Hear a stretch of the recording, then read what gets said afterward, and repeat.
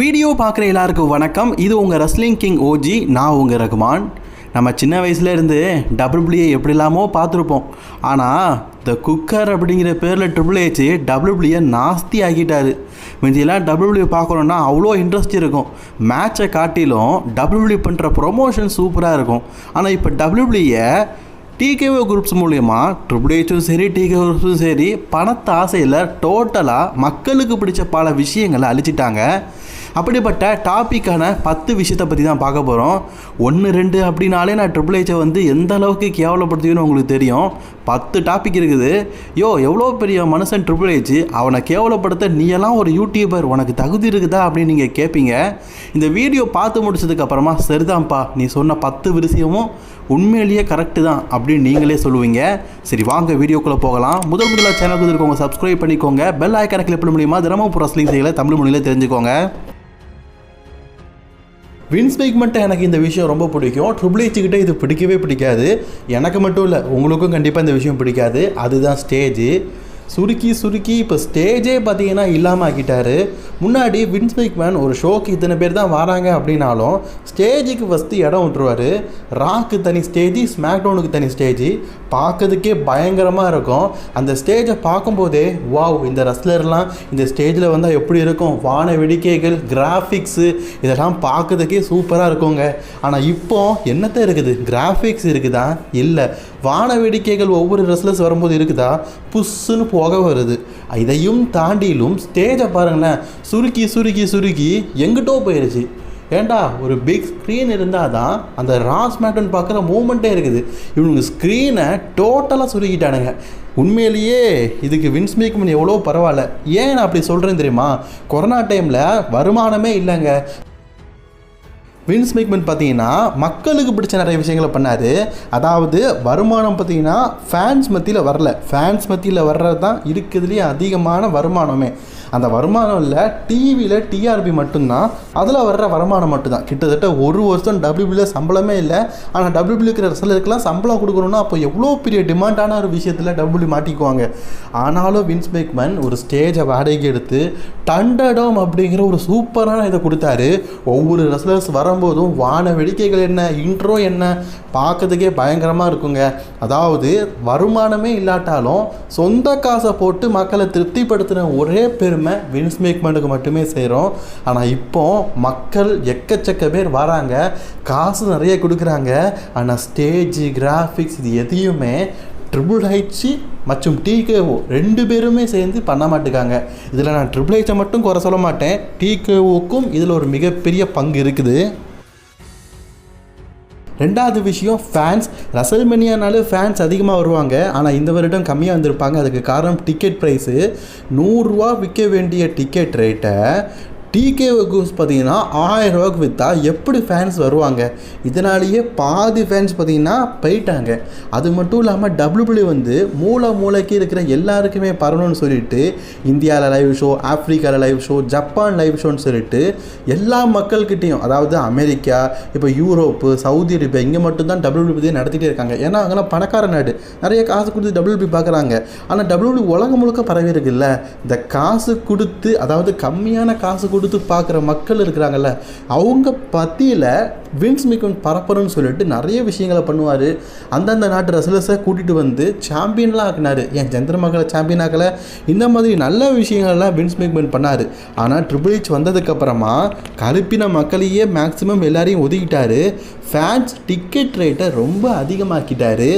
இதுக்கு காரணம் TKO groups தான். ஆனால் எல்லாத்துக்கும் மண்டைய ஆட்டுறது ட்ரிபிள் ஹெச் தானே.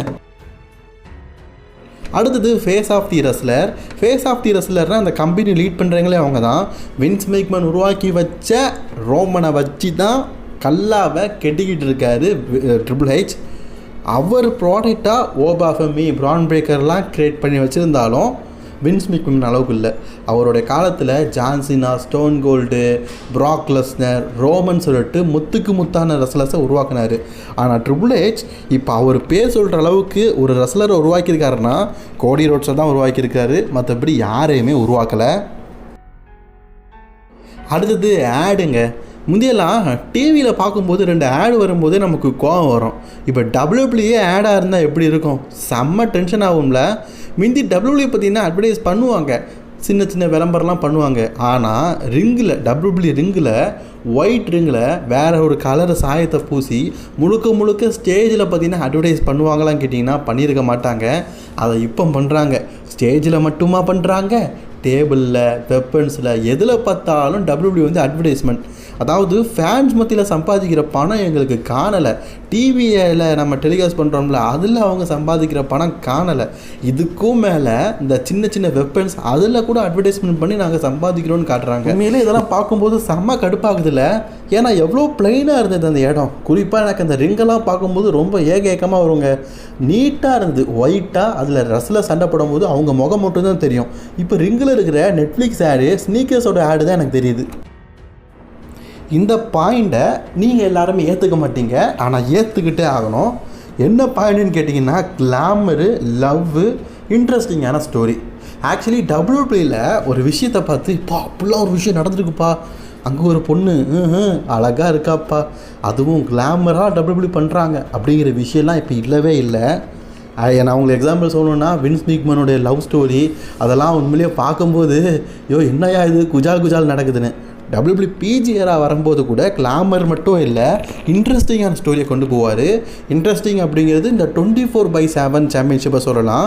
மிட்கார்டில் இருக்கிறவங்க சும்மா இருக்கக்கூடாது, அதாவது சும்மா சம்பளம் கொடுத்து வைக்கக்கூடாதுன்னு வீக்லி அவங்கள டிவியில் காட்டுறது மட்டும் இல்லாமல் அவங்களுக்கும் ஒரு சாம்பியன்ஷிப் அப்படின்னு சொல்லிட்டு ஒரு 24/7 சாம்பியன்ஷிப்பை கொண்டு வந்தார். ஹட்ஸ் ஆஃப், பிரில்லியண்ட்டுங்க. அந்த சாம்பியன்ஷிப்பை வச்சு வீக்லி பல சாம்பியன்ஸ் உருவாங்க, செம்மையாக கொண்டு போவாங்க, இன்ட்ரெஸ்டிங்காக இருந்தது. ஆனால் இப்போ அந்த சாம்பியன்ஷிப்பும் இல்லை, கிளாமரும் இல்லை, இன்ட்ரெஸ்ட்டும் இல்லை. நான் இந்த கிளாமர்னு சொல்கிறது சும்மா அவுத்து போட்டுட்டு ஆடுறத நான் சொல்லலைங்க. இந்த ரூசேவோட ஒய்ஃபு லானாவை வச்சு பர்மிஷன் கேட்டு தான் பண்ணியிருப்பாங்க. இந்த பாபி லாஸ்லி கூட சேர்றது, பார்த்தியா துரோகம் பண்ணிட்டான் பார்த்தியா அப்படின்னு நம்ம சொல்கிறது எவ்வளோ எமோஷ்னலாக இருக்குது, சூப்பராக இருக்குது. அதுக்கப்புறமா இந்த ஓடிஎஸுக்கும் மேண்டிலோஸுக்கும் லவ் ஸ்டோரியை கொண்டு போகிறது, அலெக்சா பில்ஸை கவர்ச்சியாக காட்டுறது, இப்படி நிறைய விஷயங்களை வின்ஸ் மேக்மேன் பண்ணார். அதாவது WWE சும்மா சண்டை போடுறதுக்கு மட்டும் இல்லை, என்டர்டெயின்மெண்ட்டும் இருக்கணும்னு. ஆனால் இப்போ WWEல WWF தான் இருக்குது, அதாவது ஃபக்குங்கிறது தான் இருக்குது.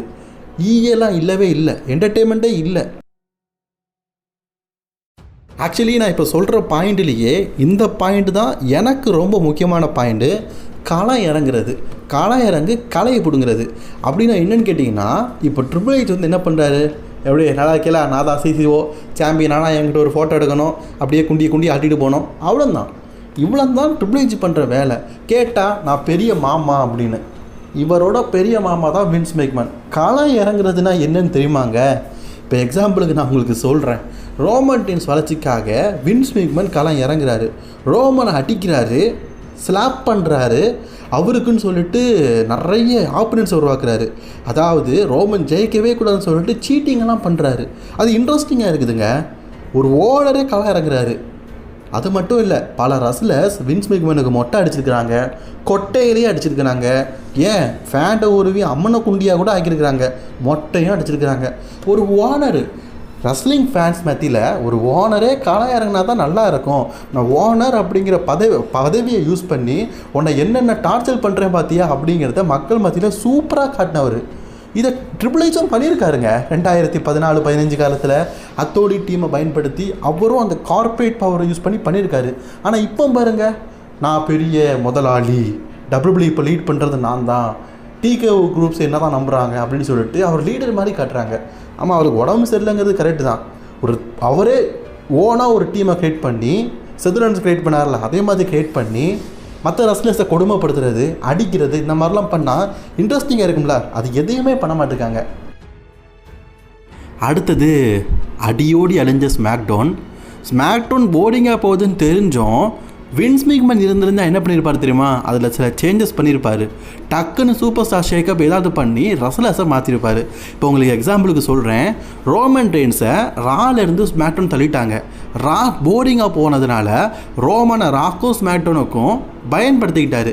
அப்போது என்ன பண்ணிட்டார் தெரியுமா, அந்த வைல்ட் கார்டு ரூல்ஸ் அப்படிங்கிறத கொண்டு வந்துட்டு ரால இருக்கிற ரெஸ்லர்ஸ் ஸ்மாக்டவுனுக்கும் போகலாம், ஸ்மாக்டவுனில் இருக்கிற ரெஸ்லர்ஸ் ராக்கும் போகலாம், சாம்பியன் கூட ஆகலாம்னு சொல்லிட்டு நல்ல ஒரு திட்டத்தை கொண்டு வந்தார்.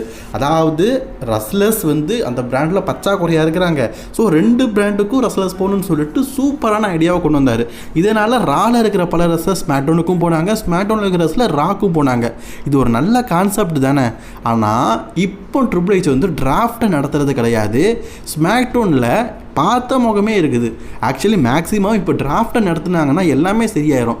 செத் ராலின்ஸு, அதுக்கப்புறமா ரோமன் ரெயின்ஸு, கோடி ரோட்ஸ், இவங்கெல்லாம் பிராண்டு விட்டு பிராண்டு மாத்திரம் நல்லாயிருக்கும். ஒரே பிராண்டில் இருக்கிறது, ஒரே மாதிரி இருக்கிறது ஃபேன்ஸ் மத்தியில் போர் அடிக்குது. எனக்கு தெரிஞ்சு ட்ரிபிள் ஹெச் பண்ணதுலேயே மிக மிக மிகப்பெரிய முட்டாள்தனம்னா இந்த டிராஃப்டை ஒழிச்சது தான். ரசலஸை வருஷத்துக்கு ஒருக்கா ஒவ்வொரு பிராண்டை விட்டு பிராண்டு மாற்றும் போது கண்டிப்பாக அது ஒரு இன்ட்ரெஸ்டிங்காக இருக்கும். ஆனால் இவர் எங்கே மாட்டுறாரு, கோடி ரோட்ஸ் மேக்டோன்லேயே இருக்கிறாரு, செத் ராலின்ஸ் ராலையே இருக்கிறாரு, ரோமன் மட்டும் இப்போது கொஞ்சம் சேஞ்ச் ஆகிருக்காரு. அப்படி தான் விஷயம்.